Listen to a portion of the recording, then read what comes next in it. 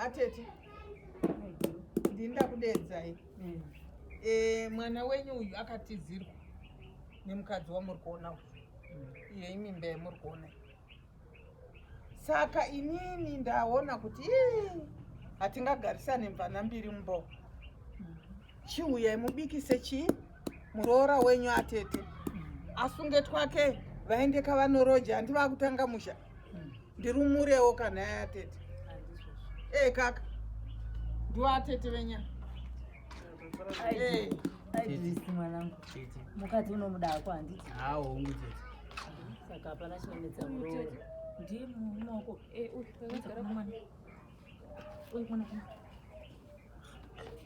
Mwana unjadzi yanga hanzwa. Kungomitisa waenda zvako. Unokumochita anodyei? Anopfeka damba pamba ndinowana kupinini. Saka manje mukauya mukasiyaka mwana kakadai izvo ndokaiti ndokapa mukake. Baby, mwana uyu ndowako? Asi wangu andouya neavera. Good. Hati wakaroora. Wane mukadzi wako ndiye achayamwisa mwana uyu. Hati ane mukaka akangotosei. Ndiye achayamwisa mwana iyeyu mukadzi wako wakaroora. Nai vanangu ndo zvinomboitwa. Atete. Ndo zvinoitwa. Izvozvo. Pamusoro imwanangu.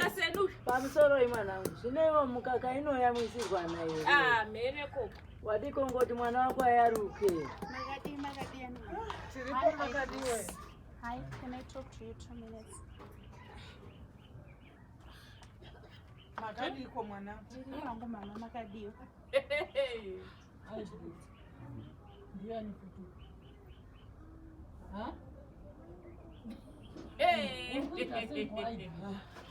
Davira mai. Mama. Davira mai zvavanobvunza. Kuita muda wevakadzi. Wangu mwana wanzvadzi yangu hana kwaanoenda manje. Pano ndo panotogara ndodzichera ini. Totopedzerana. Hana kwachaenda munoti vakadzi sauchaisa wangu ndiye achasara pano. Ndo paachagara pano pamusha. Atinzwa rwisi kwenu. Chiko chikumboitika naye baby. Hai mwanangu. Kuda kuti ndidikwe ini. Mama munozoti vese haina ndizoziviwo mama kuti. Saka mimi toreka mwana wacho mungufanira naye. Mukafanira naye tozoita plan. Shamwana, awada amaya. Ngayamwise baby, ngayamwise baby. Yamwisa ari kutosara pano sara nemhuri yako. Ine wangu mwana ndazonyatsofunga vakadzi vesa ndo vakutoenda. Uyu mwe mukadzi futi ko. Azviite asikuzoenda. Asikuzoenda wangu manje. Ini ndodzichera ini. Anditwe izvozvo anditanangirwe. Mese vakadzi muri kutoenda mese musaboda kunyambira kuzogara mese asina kuona pano. Wangu ndiye achagara pano. Yogara apa. Imi dzara kuskodera ukoiti. Skodera ku.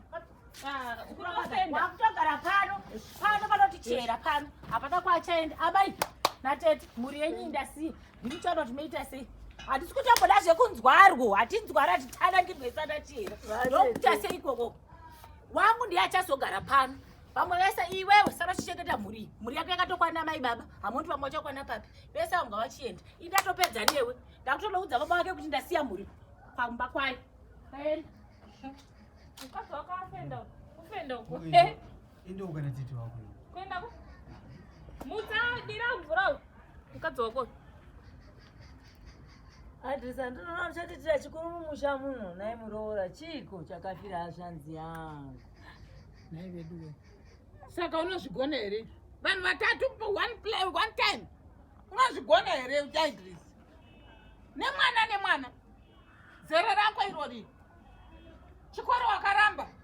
Ye zvavakuita zvavakadzi chete naye atete zvinoita. Vakadzi 3. Makambona darika revakadzi 3. Chizvipedza. Ande atete.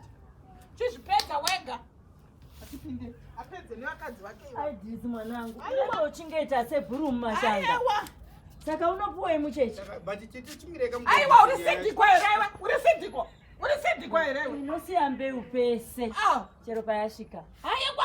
Hanje imai guru unozvionera.